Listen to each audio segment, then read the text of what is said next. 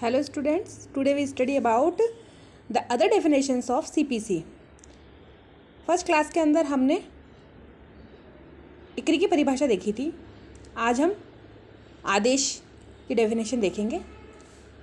आदेश की परिभाषा भारतीय सिविल प्रक्रिया संहिता की धारा 214 में दी गई है। आदेश से सिविल न्यायालय के किसी भी विनिश्चय की प्रारूपिक अभिव्यक्ति अभिप्रेत है जो डिक्री नहीं है। इसका अर्थ है कि ऐसा कोई भी न्यायालय का विनिश्चय यदि वह डिक्री नहीं है तो वह आदेश माना जाएगा। जिस तरह से डिक्री में हमने देखा था कि डिक्री सिविल न्यायालय के किसी विनिश्चय की प्रारूपिक अभिव्यक्ति है, उसी प्रकार आदेश भी विनिश्चय की प्रारूपिक अभिव्यक्ति ही है। अगर ऐसा कोई भी विनिश्चय डिक्री की श्रेणी में नहीं आता तो वो आदेश माना जाएगा। ये डेफिनेशन 214 में दी हुई है। एग्जामिंग पॉइंट ऑफ व्यू से डिक्री और आदेश के बीच में अंतर बहुत इम्पॉर्टेंट है। डिक्री न्याय निर्णय की प्रारूपिक अभिव्यक्ति है, जबकि आदेश विनिश्चय की प्रारूपिक अभिव्यक्ति है। डिक्री हेतु वाद का होना आवश्यक होता है, लेकिन आदेश हेतु वाद का होना आवश्यक नहीं होता है। डिक्री को 2:2 में परिभाषित किया गया है, जबकि आदेश को 2:14 में परिभाषित किया गया है। डिक्री में मामले का अंतिम रूप से अवधारण होता है, जबकि आदेश में ऐसा नहीं होता है। डिक्री 2 प्रकार की होती है, या तो आरंभिक भी हो सकती है और अंतिम भी, जबकि आदेश में ऐसा कोई विभेद नहीं है। एक मामले में कई आदेश हो सकते हैं। प्रत्येक डिक्री अपील योग्य होती है, पर आदेश में ऐसा नहीं होता।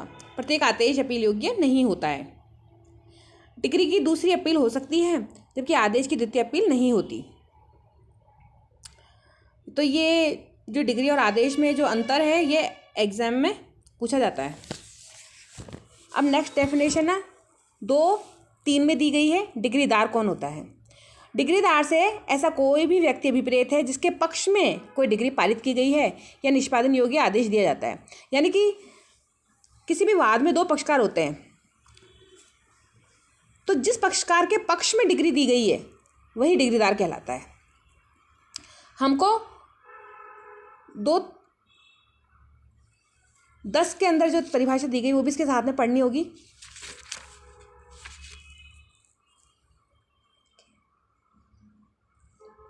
2:10 में निर्णीत ऋणी की परिभाषा दी गई है। निर्णीत ऋणी से ऐसा व्यक्ति अभिप्रेत है जिसके विरुद्ध कोई डिक्री पारित की गई है या कोई निष्पादन योग्य आदेश दिया गया है। इन दोनों की लैंग्वेज सेम है। केवल 2:3 में डिक्रीदार को परिभाषित किया गया है, जो ये कहता है कि जिसके पक्ष में डिक्री पारित की जाती है वो डिक्रीदार है, और जिसके विरुद्ध डिक्री पारित की गई है वो निर्णीत ऋणी कहलाता है। तो इन दोनों डेफिनेशन को साथ में लेके पढ़ेंगे तो हमें समझने में आसानी होगी। नेक्स्ट डेफिनेशन है जिला की। जिले से आरंभिक अधिकारिता रखने वाले प्रधान सिविल न्यायालय की अधिकारिता की स्थानीय सीमाएं अभिप्रेत है, जिसमें हाईकोर्ट की मामूली आरंभिक अधिकारिता भी स्थानीय सीमाएं भी आती है। अर्थात जो प्रधान सिविल न्यायालय की अधिकारिता का जो क्षेत्र है उसे हम जिले के अंतर्गत मानेंगे। 2:5 में विदेशी न्यायालय को भी परिभाषित किया गया है। ऐसा कोई भी न्यायालय जो भारत के बाहर स्थित है और जिसे केंद्र सरकार प्राधिकार रखती है वो विदेशी न्यायालय कहलाएगा। विदेशी न्यायालय द्वारा दिया गया निर्णय विदेशी निर्णय कहलाता है। सरकारी प्लीडर 2:7 में सरकारी प्लीडर को परिभाषित किया गया है। सरकारी प्लीडर के अंतर्गत ऐसा कोई भी अधिकारी आता है जो सरकारी प्लीडर पर इस संहिता द्वारा अभिव्यक्त रूप से अधिरोपित कर्तव्यों का या उनमें से किन्हीं का पालन करने के लिए राज्य सरकार द्वारा नियुक्त किया गया है। और इसमें ऐसा प्लीडर भी आता है जो सरकारी प्लीडर के निर्देशों के अधीन कार्य करता है। सरकारी प्लीडर से यहाँ तात्पर्य ऐसे प्लीडर से है जिसकी नियुक्ति सरकार द्वारा की जाती है या इस संहिता द्वारा अधिकृत रूप से अधिरोपित कर्तव्यों को जो पूरा करता है, जिनका पालन करता है, और राज्य सरकार द्वारा नियुक्त किया इसे जाता है। और सरकारी प्लीडर के निर्देशों के अधीन जो व्यक्ति कार्य करता है उसे भी हम सरकारी प्लीडर ही मानेंगे। उसके बाद जो इम्पोर्टेंट डेफिनेशन है वो है न्यायाधीश की। न्यायाधीश का अर्थ है सिविल न्यायालय का पीठासीन अधिकारी। 2:9 में निर्णय को परिभाषित किया गया है। निर्णय से न्यायाधीश द्वारा डिक्री या आदेश के आधारों का कथन अभिप्रेत है। न्यायाधीश द्वारा डिक्री के रूप में या आदेश के रूप में जो भी कथन किए जाते हैं वही निर्णय है। तो इसमें 4 चीज़ें शामिल हैं: मामले का संक्षिप्त कथन, अवधारणा का प्रश्न, विनिश्चय और विनिश्चय का आधार।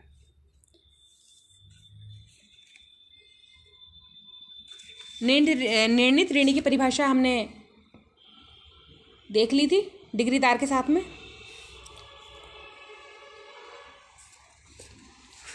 विधिक प्रतिनिधि, ये एग्जाम में अधिकतर पूछा जाता है। विधिक प्रतिनिधि को परिभाषित कीजिए।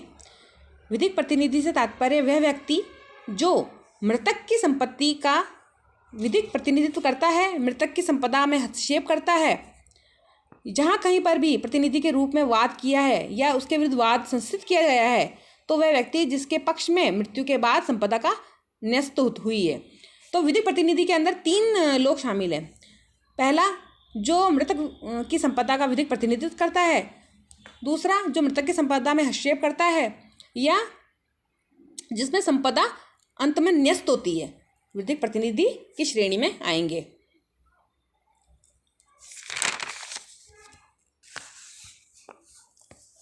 संपत्ति के अंतकालीन लाभ 2:12 में परिभाषित किया गया है। अंतकालीन लाभ से विपरीत है ऐसे ब्याज सहित लाभ जो संपत्ति पर सदोष कब्जा रखने वाले व्यक्ति ने प्राप्त किया है या मामूली तत्परता से प्राप्त कर सकता है, किंतु सदोष कब्जा रखने वाले व्यक्ति द्वारा की गई अभिवृद्धियों के कारण हुए लाभ इसमें शामिल नहीं हैं। इसका अर्थ है कि दोषपूर्ण कब्जा, दोषपूर्ण कब्जे से मतलब है वास्तविक लाभ प्लस कमाया जा सकने वाला लाभ प्लस ब्याज, ये सभी चीज़ें मिलकर अंतकालीन लाभ बनती है, किंतु इसमें अभिवृद्धियां शामिल नहीं हैं। 2:13 में जगम संपत्ति को परिभाषित किया गया है। बस यहाँ पर इसको इतना ही बताया गया है कि जगम संपत्ति में उगती फसलें भी शामिल है। अब 2:15 में प्लीडर को परिभाषित किया गया है। प्लीडर से न्यायालय में किसी अन्य व्यक्ति की ओर से उपस्थित होने व अभिवचन करने का हकदार कोई भी व्यक्ति अभिप्रेत है। मतलब पक्षकार के स्थान पर जो अन्य व्यक्ति न्यायालय में उपस्थित होता है और उसकी तरफ से जो कथन करता है वही व्यक्ति प्लीडर कहा जाएगा। जैसे इसमें शामिल है अधिवक्ता, वकील, हाई कोर्ट के अटॉर्नी जनरल में शामिल है। विहित से तात्पर्य नियमों द्वारा विहित है। अब 2:17 में लोक अधिकारी को परिभाषित किया गया है। ये परिभाषा भी बहुत महत्वपूर्ण है एग्जाम की दृष्टि से। लोक अधिकारी से यहाँ तात्पर्य है प्रत्येक न्यायाधीश, दूसरा अखिल भारतीय सेवाओं का सदस्य, तीसरा तीनों सेनाओं के अधिकारी गण, चौथा न्यायालय का हर ऑफिसर, पांचवा व्यक्ति को प्रतिरोध में रखने और रखने के लिए सशक्त कोई भी व्यक्ति, छठा सरकार का ऐसा अधिकारी जो लोग के स्वास्थ्य क्षेम सुविधा की सुरक्षा करता है, सातवां राजस्व आदेशिका का निष्पादन करने वाला अधिकारी अथवा सर्वेक्षण करने वाला अधिकारी, और आठवां लोक कर्तव्य की पालना करने वाला अधिकारी। तो ये हमें एज इट इज पॉइंट याद करने होंगे।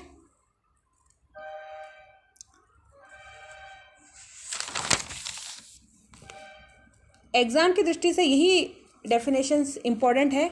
इसके अलावा निगम अंश के अंदर स्टॉक, डिबेंचर स्टॉक और बंद पत्र शामिल हैं। हस्ताक्षर से यहाँ तात्पर्य निर्णय और डिग्री की दशा के सिवाय हस्ताक्षर के अंतर्गत स्टाम्पित आता है। मतलब स्टाम्पित जो करते हैं ना वही हस्ताक्षरित है यहाँ पर, निर्णय और डिग्री को छोड़कर। तो यहाँ पर ये परिभाषा क्लोज समाप्त होता है। तो इन सभी परिभाषाओं के अंतर जो सबसे ज़्यादा महत्वपूर्ण परिभाषा एग्ज़ाम की दृष्टि से महत्वपूर्ण है वो है 2:2 में दी गई डिग्री की परिभाषा, 2:3 में दी गई डिग्रीदार की परिभाषा, 2:8 में दी गई न्यायाधीश की परिभाषा, 2:9 में निर्णय की परिभाषा, 2:10 में निर्णीत ऋणी, 2:11 में विधिक प्रतिनिधि, 2:12 में अंतकालीन लाभ, 2:13 की जगम संपत्ति, 2:14 में आदेश, 2:15 में प्लीडर। यही परिभाषाएं एग्ज़ाम की दृष्टि से इम्पॉर्टेंट है, जिस पर शॉर्ट क्वेश्चंस पूछे जाते हैं। साथ ही डिक्री और आदेश के बीच में अंतर ये भी एग्ज़ाम में पूछा जाता है। तो हम नेक्स्ट क्लास के अंदर